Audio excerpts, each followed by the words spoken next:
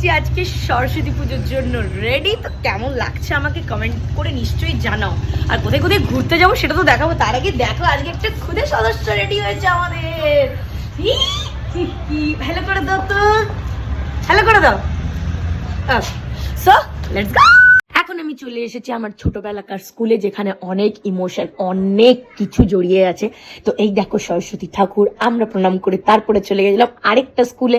তার আগে ছবি তোলাতুলি, অনেকের সাথে দেখা, কত দিন পর, সেই আগেকার দিনকার মতো। সে যাই হোক, তারপরে দেখছি কাপেলদের ছড়াছড়ি। এটা দেখে একটু মনে কষ্ট হলেও কিছু করার নেই। আমি বাড়ি এসে আবার ড্রেস চেঞ্জ করে আবার বেরিয়ে গেছি দাদা দিদিদের সাথে।